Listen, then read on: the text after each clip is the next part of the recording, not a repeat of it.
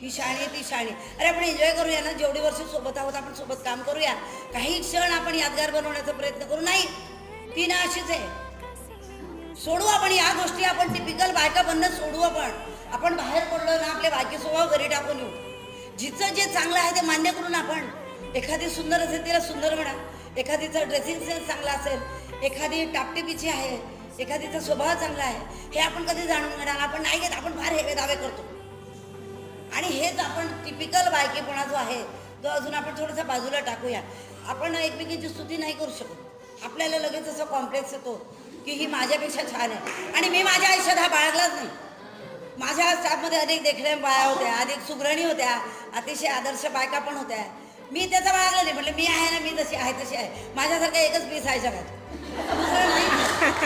त्यानंतर एक आपण हे लक्षात घेतलं पाहिजे, आपण बायकांनी बऱ्याच गोष्टी बाजूला सोडल्या पाहिजेत.